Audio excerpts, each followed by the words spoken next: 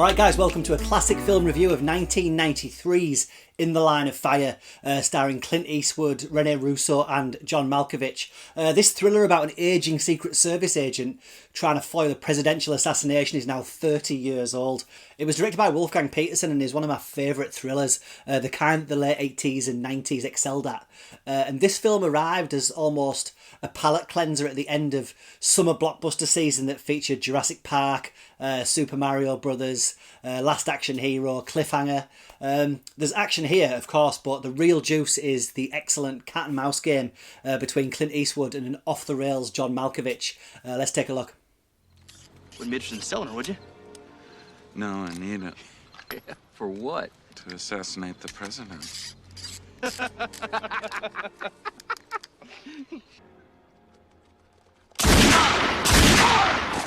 So In the Line of Fire features veteran Secret Service agent Frank Horrigan, played by Clint Eastwood. Here he finds himself dragged back into the action when he's sent to investigate some unusual activity in an apartment. Now it's here he discovers the work of a pretty troubled individual who seems to be intent on assassinating the president. Frank will be tested to the limit as he goes back on the presidential protection team, something he had done for numerous past presidents, including JFK, who, of course, Frank was unable to protect on that fateful day in Dallas in 1963.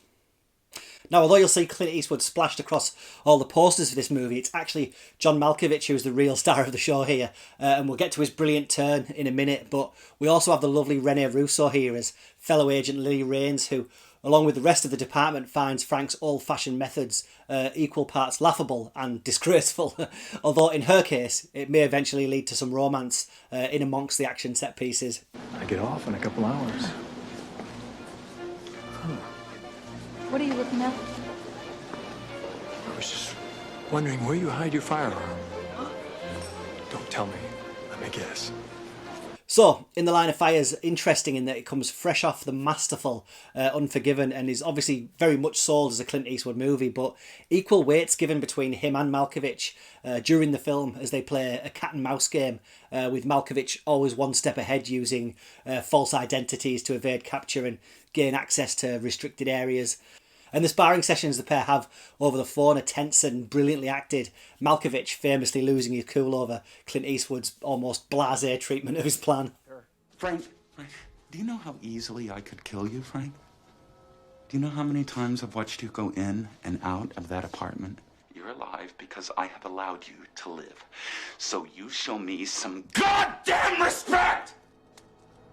So, speaking of Unforgiven, this reminds me of that movie in just a few ways. They'd maybe make a good double bill. And despite playing 50, Eastwood here was 62 years old, an ageing star showing the struggles of growing older and trying to keep up with the challenges of the role, chasing villains up and down stairs and across rooftops throughout some of the story's action. Now, in terms of the love story elements of the film, you could potentially balk at it because it is a bit shoehorned into the plot. It's probably the reason the runtime drifts over the 2 hour mark. But in fairness too, it's quite low key and steady. And it's in the hands of two fantastic actors who make sure it stays believable, despite an almost 25-year age gap between the two. Eastwood is great at showing just enough softness beneath that grisly exterior. And Rene Russo had already pretty much played this exact same role in the previous year's Lethal Weapon 3. Russo, incidentally, had an amazing 90s, starring in blockbusters like this, Outbreak, Major League 2, Lethal Weapon 3, and 4, Ransom, The Thomas Crown Affair. And John Malkovich, of course, was born to play a slippery villain. That great voice he has used to great effect here to taunt Eastwood and co. As he goes about planning his dastardly deed. He's also got such a distinctive look that I'm not sure how effective some of his disguises actually would be. But like I mentioned, he's not just a cookie-cutter villain, but a character with a past and a motive. I mean, he's nuts, no doubt, but it's good to see him get some actual character development, which is a byproduct of having talent like Malkovich in the role, who was Oscar-nominated here for his troubles. You, of all people, I want you to understand. Why should Because I we understand? both used to think that this country was a very special place. You don't know what I used to Oh, think. but you know about me? Do you have any idea what I've done for God and country? And of course this plays perfectly against Eastwood, who's still haunted by his failure to take a bullet for Kennedy and sees foiling this new threat as a way towards some self-redemption.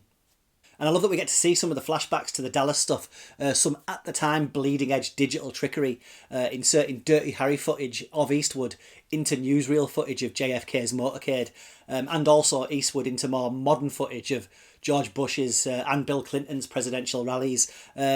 This all a year before Forrest Gump would digitally insert Tom Hanks into a handful of historic moments. Now, in many ways, In the Line of Fire could almost be another Dirty Harry movie. That whole series featured psycho killers playing mind games with Eastwood, who'd of course be kicked off the force and end up going rogue, and usually be helped by a gorgeous but capable partner/love interest. But that's not to take anything away from director Wolfgang Petersen, who crafts a great political crime movie, the likes of which studios are too afraid of to gamble on these days, certainly theatrically. Interesting too that this was the first time in a while where Eastwood didn't direct the film himself. He probably didn't have time after directing and starring in Unforgiven the previous year, and the bloated but kind of ripe for reappraisal A Perfect World, which came out a few months after In the Line of Fire. But anyway, Wolfgang Petersen, who sadly died of cancer in 2022, might not get credit for delivering a 200-mile-per-hour action epic here, but he does something that's still quite difficult, in fact something seemingly more difficult as the decades go by, and that's telling an interesting story with thrills, action and tension that bothers to develop its characters just enough so you actually care about them, whilst keeping the pace steady.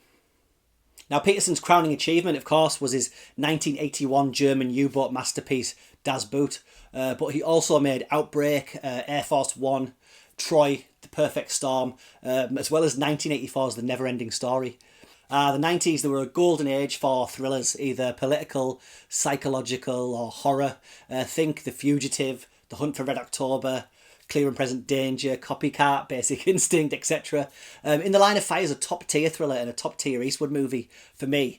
Certainly outside of his westerns. Its cast doesn't put a foot wrong, and it's a political thriller that doesn't get too bogged down in its politics. Go check it out.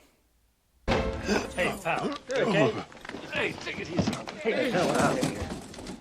I got a call there was a cardiac case. You all right, Frank? Yeah, I'm on my break here.